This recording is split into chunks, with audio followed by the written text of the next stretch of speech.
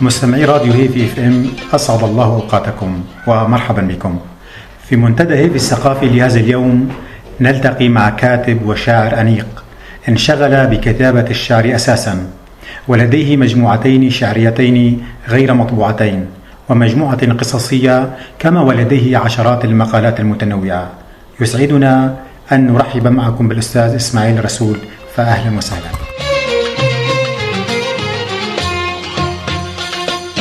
أهلا وسهلا بكم، وشكرا لإذاعة هيفي اف ام على هذه الفرصة التي سنحت لي لأعبر من خلالها وعبر الأثير عن بعض لواعج وآهات كردي عاجن الحياة وقلم أظافرها بقلمه السلاح الوحيد الذي يمتلكه. سأقرأ لكم نصا بعنوان خيبات.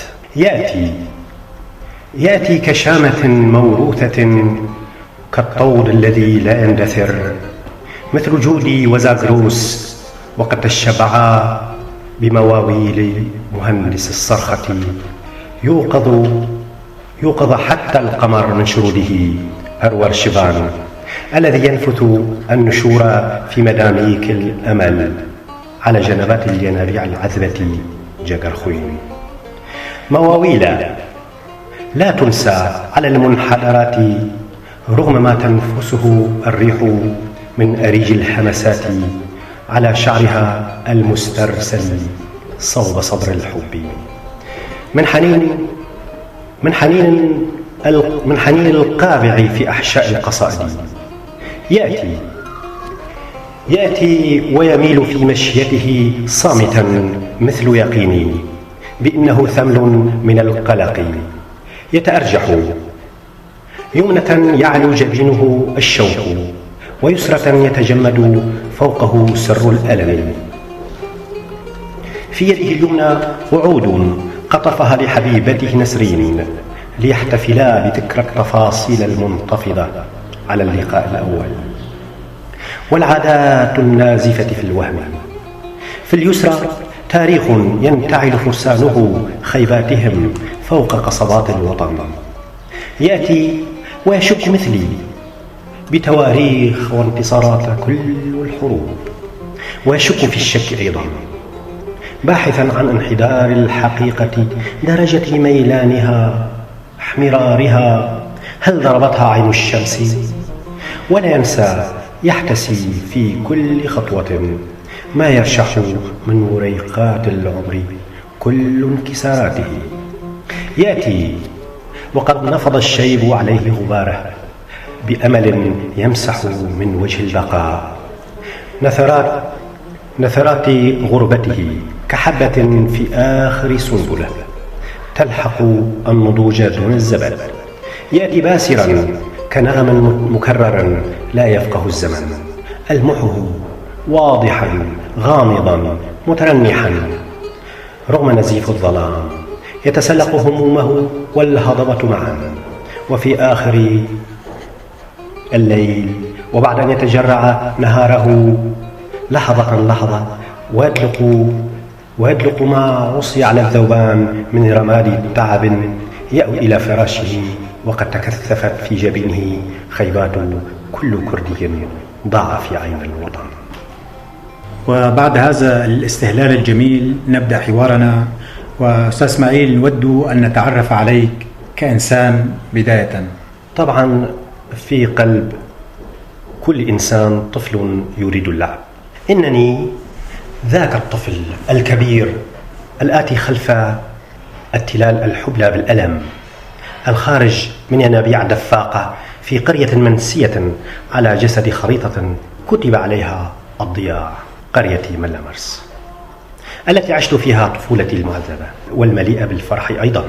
طبعا عشت فيها سنين دراستي الأولى، كنت أحاول أن أعجن من طينتها كل مجسماتي والتي بقيت راسخة في ذهني حتى الآن. إنه ذاك الطفل الذي كبر فجأة دون أن يلعب كثيرا، فبقي اللعب هاجسه وحنينه. كلما رأى طفلا يتيما يتألم، أو يرى قطة صغيرة تائهة، أو طائرا مجهض الجناح يتألم. الإنسانية برأيي هي أن تشعر بوجع الآخرين كما تشعر بوجعك، وتجسد ذلك في كتاباتك. وعندما تشد القارئ إلى نصوصك تكون قد وفقت في تعريفك العملي لمعنى الإنسان. ومنذ متى وأنت منشغل بالهم الثقافي؟ أنا منشغل بالهم الثقافي منذ نعومة تفكيري. أحب المطالعة كثيرا، وقد طالعت العشرات من الكتب الثقافية والمجلات والروايات وكذلك المجموعات الشعرية. وبعد أن تكون لدي مخزونا متواضعا من المفردات والأفكار، طبعا لم أقف مكتوف الفكر، حاولت كثيرا أن أكتب خربشاتي لأفض من عذرية الورقة البيضاء، وإلى الآن ما زلت أمارس فعل الكتابة، ولكنني وأشدد هنا بأنني أطالع كثيرا ولكنني أكتب قليلا. وهذا مبدأ ثقافي أحاول أن أربي قلمي عليه وأرسخ من هذه العادة كثيرا. إذن كيف يمكننا أن نتعرف عليك من خلال كتاباتك ونتاجك الأدبي وغير الأدبي؟ كل كاتب أو شاعر برأيي لديه أسلوب يميزه عن الآخرين إذا قرأنا له ودققنا في أسلوبه في الكتابة. أنا أحاول تطعيم الأسلوب الأدبي في كل كتاباتي وحتى المقالات الثقافية المتنوعة. لذلك البعض يتهمونني بالغموض في كتاباتي وخاصة نصوصي الشعرية، لكنني أظن بأننا ما دمنا نكتب للقراء وليس للجمهور أو لعامة الناس، فعلينا أن نرفع من سوية قلمنا الإبداعي إلى مستوى راق، وأن لا ننزل بمستوى الكتابة السطحية، ولكن على القراء عليهم هذه المهمة، الارتقاء بقراءتهم وتمعن أكثر، حتى لو كانت القراءة لأجل المتعة على الأقل. من كل ما تكتب أين تجد نفسك أكثر؟ أجد نفسي أحيانا في النص المفتوح بلا ضوابط، النص الذي لا يفرض علي مقاسا محددا، النص الذي لا يرسم لي حدودا حمراء، ولكن شرط عدم التعرض للمبادئ الأخلاقية، سواء كان في قصيدة أو قصة أو مقال. فالحرية في ممارسة أي نص تنتج الإبداع. الإبداع برأيي يأتي من رحم الأفكار المعجونة بالماء الجاري، والذي سيصب في بحر التأملات المفعمة بالأماني. أجد نفسي في المكان الذي يمكن أن أمارس فيه عملية التنفس، سواء في الشهيق أو الزفير. وكما لدى الكثير من الكتاب الكرد يستحوذ الشعر على الحصة الأكبر، هل الأمر كذلك لديك؟ وما السبب برأيك؟ أنا برأيي وكما يقولون بأن الحدائق هي رئة المدن، فإن الشعر بالنسبة لي الرئة التي أتنفس من خلالها بشكل أكبر، فلولا الشعر لاختنق العالم. أكتب باللغة العربية صح وبشعور، ولكنني أكتب بشعور الكردي الذي يلامس الواقع شعرة. كتبت عن معاناة الكردي التي لا تنتهي، كتبت عن ديريك، قامشلو، هولير، مهاباد إلى آخره. كتبت عن الطفولة كثيرا، كوني مربي ومعلم مدرسة، أحب أن أعلم عالم الصغار أكثر من عالم الكبار. الشعر برأيي كائن يتغذى على معاناة صاحبه ورماد حرائقه الروحية، والشعر هو الإنسان الذي يستطيع أن يغسل الصدأ المتراكم في الروح المتعبة والمثقلة بالهموم.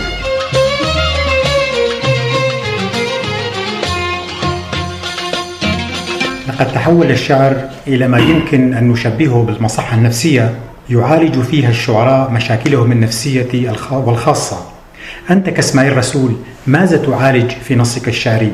طبعا قد تكون معالجة الروح من أصعب أنواع المعالجات النفسية، والنصوص الشعرية ليست وصفات سحرية تعالج المشاكل النفسية، ولكن برأيي قد يكون النص الشعري بمثابة جلسات مهدئة لمعالجة بعض الهموم، ونصوصي قد لا تخرج من هذا الإطار. أحاول قدر الإمكان أن أقارب بكلماتي الهم الإنساني والوطني والكردي، وما يختلج في نفس الإنسان الكردي من هموم ومعاناة. أغلب الأخوة الشعراء الذين يكتبون الشعر باللغة العربية يكتبون قصيدة النثر أو الشعر الحر. ترى هل ذلك هروب آخر من القيود والضوابط إلى فضاء الحرية أم أنهم يستسهلون الشعر؟ طبعا أستطيع أن أجيب على هذا السؤال باختصار شديد. كما قرأت وكما حاولت أن أبحث عن الشعر، ما هو الشعر وأنواع الشعر. باختصار شديد هناك 3 أنواع من النصوص الشعرية، وهذا ما اتفق عليه أخيرا الشعراء أو الكتاب أو النقاد. أولا الشعر القديم ذو شطرين، وهو العمودي الموزون والمقفى. ثانيا هناك قصيدة التفعيلة التي تعتمد على التفعيلة والقوافي المتنوعة دون الالتزام بأشطر البحور، وأطلق عليه اسم الشعر الجديد أو الشعر المعاصر أو الشعر الحر أو الشعر المرسل إلى آخره من هذه التسميات. ثالثا هناك قصيدة النثر. طبعا عماد هذا النوع التكثيف التعبير وغنى في الدلالات والصور الشعرية الدافقة، وكل ما عدا ذلك من أنواع الشعر يكون ذلك مجرد اجتهادات لا أكثر. والسؤال الذي يطرح نفسه: لما هذا النوع هو الطاغي على الساحة الأدبية، أي قصيدة النثر؟ وقد يكون الجواب عند الشعراء كل حسب رأيه ووجهة نظره. أما أنا فأعتقد بأن جوابي كما حدد أدونيس في تعريفه البسيط للشعر: إن أجمل شيء وأعمقه في الشعر إنه لا يحدد، وعندما تحدده تفقده تماما كالحب. فالشعر هو وصف حالة الإنسان وعلاقته بالعالم والطبيعة ليس أكثر. طبعا هناك رهط من الناس ممن يستسهلون الشعر أيضا، لا أنفي ذلك أيضا. أستاذ إسماعيل رسول، تكون قريبا من قصيدتك أكثر حينما تكون في حالة حزن كما يقول بذلك الكثير من الشعراء، أم حينما تكون في حالة فرح حيث تكون منطلقا أكثر؟ أي متى تشعر بأنك تبدع؟ أشعر بالإبداع من حيث تعريف الإبداع أو حالة الإبداع. طبعا حالة الإبداع برأيي هي لحظة هاربة إلى منطقة اللاشعور، هكذا يقول الرمزيون. وعبقرية الشعر تكمن في اختراع الكلمة وليس في أي شيء آخر. وأنا قد تأتيني تلك اللحظة المجنونة في الحالتين. فالإبداع عندي، الإبداع ضيف طارئ، شرط توفر استقبال ذاك الضيف بموهبة حسنة وخبرة بأسرار الضيوف، وتوظيفه حتى يخرج من باب تفكيرك عذبا سلسا ولذيذا. وهنا نأخذ استراحة ونستمع إلى قصيدة تختارها لنا. شكرا. سأختار لكم نصا آخر بعنوان حلم يسكنني. الأفق الوردي يتكئ على وجنتيك، يسهو في صمته تارة وتبعثره ثنايا بسمتك أخرى، وقلبك يعصر بقايا الغيمة الهاربة. أصابعك الخمس تعد الحروف الشهية من بقايا حطام الحلم في أقصى التلاشي. كم تنداح عذوبة العراك على ثمرة الصبر، جسد مطرز بربيع الشهوة الأولى، يضج بعناقيد الذاكرة صخوك العناق، ومع رخوة اللقاء يذوب الشوق أو ينتحر. هل للغروب أن يغني لقدومك بنجوم محشوة بالسهر، أم بملء حناجرنا في أقصى الذهول نزغرد؟ بماذا أخبرك يا زهرة النرجس؟ بالقيثارة التي تفجر بالمواويل، أم بالمرايا وهي ترسم دهشتنا؟ لكن هل لها أن ترسم الدفء وهو يتسلل خلسة بحيرة لهفتي، ورسم كثيرا من دوائر العشق كقبضة قلبي؟ لمن نرتل تعازي الألم؟ لفجر وسقوط الوجع لزنبقة تشردت في سهول الأحلام تبحث عن أنامل الطبابة تداويها، لخارطة تفجر الجهات بمقاييس الكلام. لشلال لحلم ينبت على غصن المساء ويشتهي العناق. تبا لحلم يسكنه السقوط وغسق لا يجيد الصيد العناق في كل لقاء، وكلما ترتعش الشفاه لا أجد قراءة المشاعر، بل تورق اللمسات همسة همسة وزهرة زهرة، وفي جسم القنديل يذوب الشوق بالحنان ولا ينتحر. قلبك يعصر بقايا الغيمة الهاربة. بعد هذه الصورة الجميلة ننتقل إلى محور آخر لنتحدث عن علاقتك بالأنثى شعريا، وأسألك: هل حازت الأنثى في كتاباتك على حيز مهم، أم أنها مثل أي كائن آخر يتواجد لضرورات جمالية القصيدة وليس إلا؟ طبعا برأيي المرأة هي نصف الحياة تماما، وليست نصف المجتمع كما هو الدارج أو كما يقولون. وقد حازت المرأة على مساحة شاسعة في كتاباتي لدرجة يحسد عليها، وليست لضرورات جمالية القصيدة، فلولاها لما خلق الشعور بالحب. وكما قال أحد الكتاب: كل مكان لا يؤنث لا يعول عليه. هذا جوابي باختصار. نعم، وكثيرا ما يربط تحرر المرأة بتحرر الرجل. كيف لشاعر غير متحرر أن يعالج مشكلة كائن آخر، أقصد الأنثى هنا، وهو من أسباب تخلفه بالأساس كما يقال على الأقل؟ سأبدأ الإجابة من جواب الكاتب الكردي يشار كمال. سئل يشار كمال يوما، وهو بالمناسبة كاتب كردي من كردستان تركيا: ما هو سر عقد النقص عند الكرد؟ فأجاب: ماذا تتوقعون من شعب مستعبد منذ مئات السنين؟ طبعا نحن إذا أدعينا التحرر وكتبنا وعالجنا المشكلة الرئيسية التخلف، برأيي بهذا الشكل نكون قد حرقنا المراحل التاريخية الطبيعية للتطور والتقدم. نحن نحتاج إلى عشرات السنين حتى نستطيع الانفكاك من العقل المكبوت في زنازين الحياة. لن يفلح شعب ما دام نصفه في المطبخ. هذه هي صرخة جواهر لال نهرو. وأنا أقول: كل أنثى جميلة إذا حكيناها من زاوية ما، ولكن الملاحظ أن الشاعر الكردي منشغل بقوام وعيون وآهات المرأة أكثر من انشغاله بأحاسيسها الداخلية ومكنوناتها، مكنونات الجمال الداخلي لديها. وسؤال: هل يخاف الشاعر من تحرر المرأة لذلك يترك دوره ومهمته حينما يصطدم بإشكالية كهذه؟ قد يكون صحيحا، ولكن وكي لا نظلم أنثى غير جميلة، فقد تكون جميلة بروحها وتعاملها ووفائها، وهذه كلها من المكنونات الداخلية للمرأة. بما أننا متخلفين وعلينا أن نقر بذلك، فمن سمات الإنسان الكردي أو الشاعر الكردي التسطيح. ما هو التسطيح؟ أي أخذ الأمور على عواهنها دون الولوج إلى روحية ومكنونات الجمال الداخلي. قد يكتب أحدهم أجمل قصيدة وتفوز في أكبر مسابقة عن الطائر الأسود الغراب المتهم بالشؤم. طبعا وبعيدا عن الأنثى الكردية كي لا يتحططوا علي. نعم، ونتحول إلى الأنثى الأخرى القصيدة لنرتاح في حضنها قليلا. شكرا صديقي. النص الآخر الذي أتمنى أن ترتاحوا معه بعنوان صديقي عذرا. صديقي عذرا، افتح رسالتي وانثر حبات الوجع والموعظة.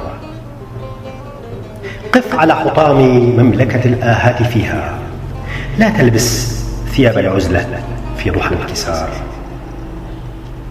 وعلى بيادر الشوق لا تصنع سلال الفرح بحزن. فلا شيء سوى بعض المشاعر يقتات عليها الزمن. عذرا ميتشيل، لن يذهب مع الريح إلا ما استعصى على الذوبان في حضن الحياة. اتخذ من العذر صديقا لا طائرا من الأرق يحوم على دفاتر الغربة.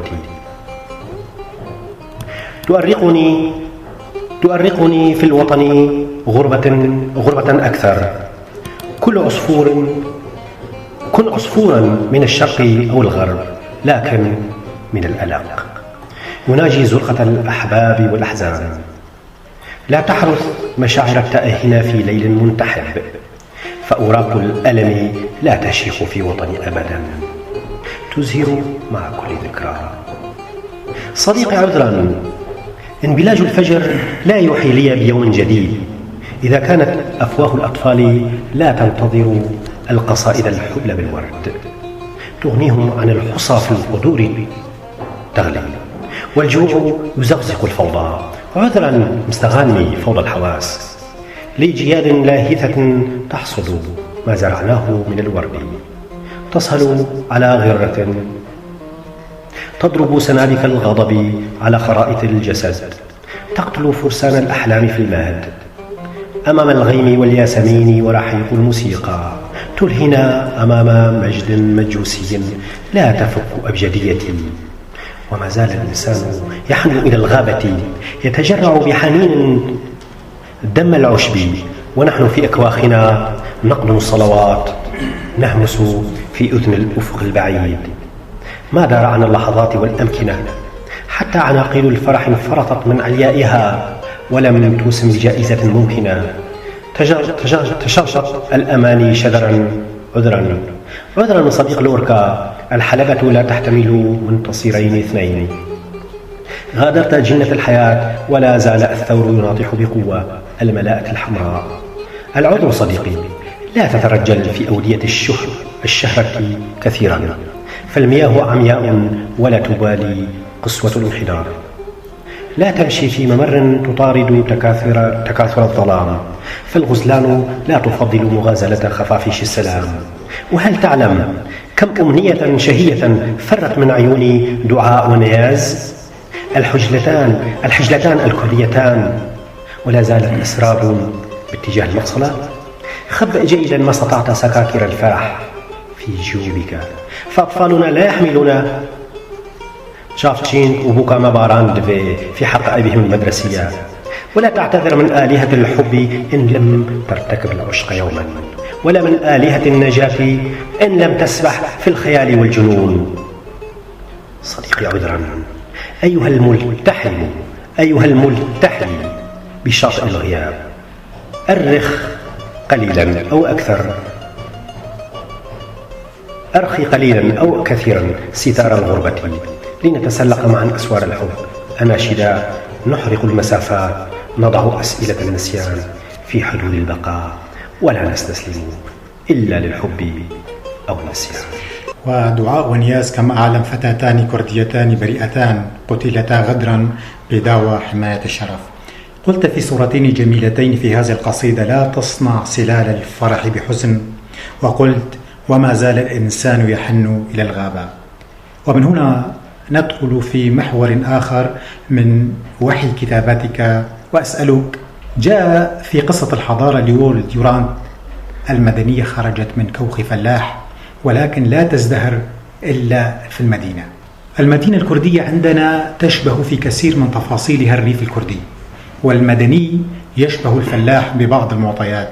والسؤال: ما هو دور المثقف الكردي في ازدهار المدنية في الحالة الكردية بالطبع، أم أنه منشغل أو منفعل وغير فاعل؟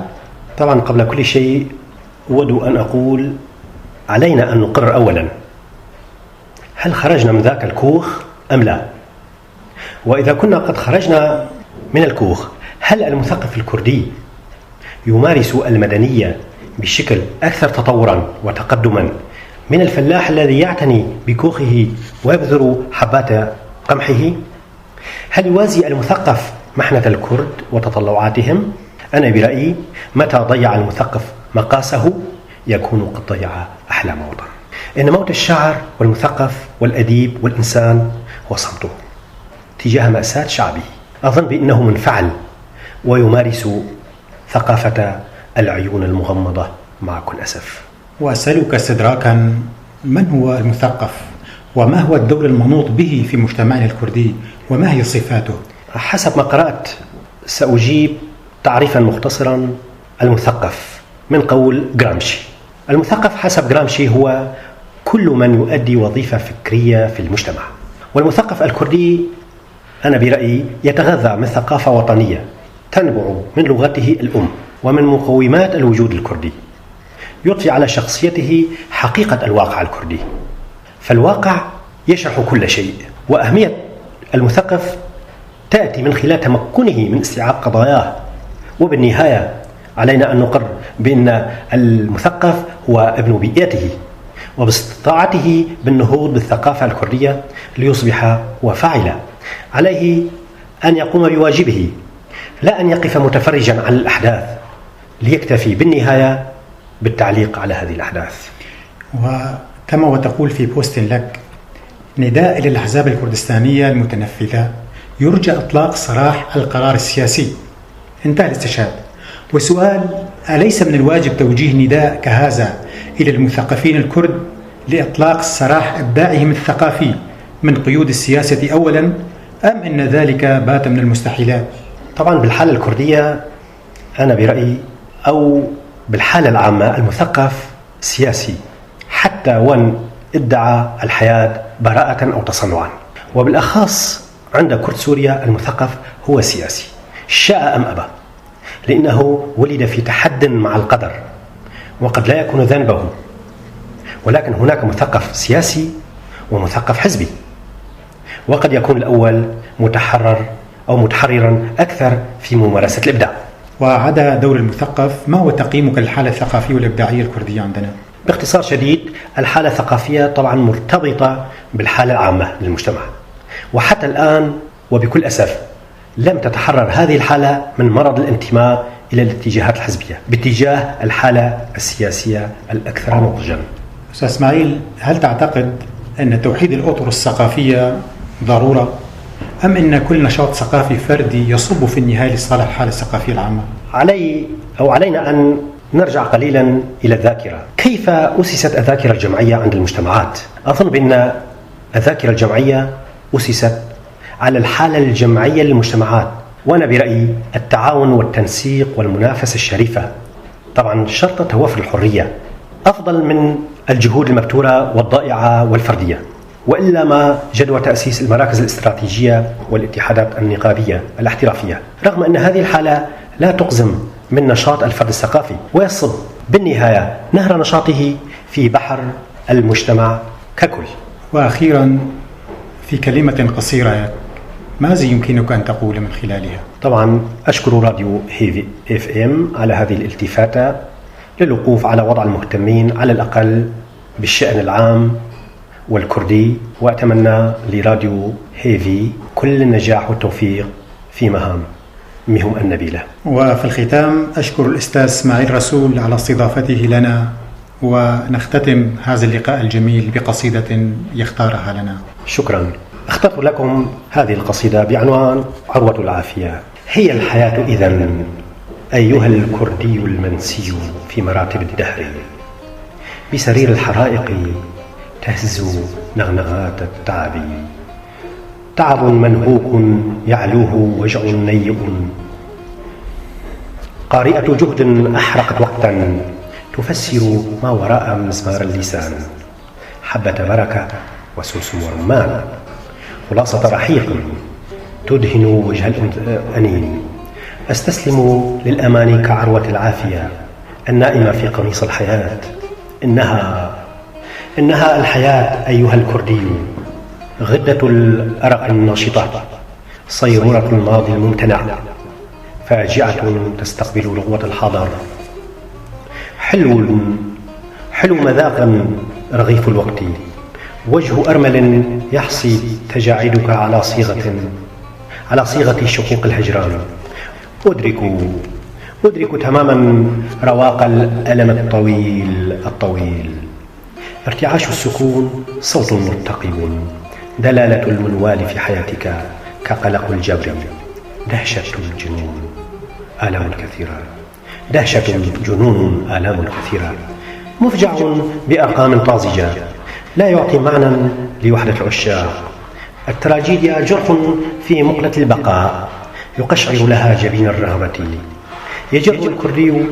يجز الكردي أهداب الحياة والنادي، أيتها الواهية في دربي، الأوطان أعشاش ضائعة بين الانتصار والانتصار، بين شجرة الأم والجبل، تتعثر من قلة النشاء، تعجن الألم فوق الجسد. شجرة واقفة على مفترق الرؤى، تزنر خصر الظل الوريث، ترتل للراحلين أظلاف الغربة في عمق الشقاء. الحياة أيتها المشاكسة في طفولة سرمدية، هات من عروة ثوبك سرا صغيرا أحتفظ به لوحدي أيتها الحياة. أمضغه في فم يقظ يا أنسونا وحكمة، مفتاح الشكوك يشرع أبواب المعرفة على جداريات الأزمة المتشظية. يأتي الكردي متأبطا حذاء النبوءة والخلود فيما وراء الجبل والبحر والشجر. إنها ميتافيزيقية الألم والحواس. شكرا لك. رواق الألم طويل طويل، وفعلا رواق الألم طويل. مستمعي هيفي اف ام، كنتم في منتدى هيفي الثقافي، وكان معنا الأستاذ إسماعيل الرسول ضيفا، وأنا فرحان كلش محاورا، وإلى لقاء آخر.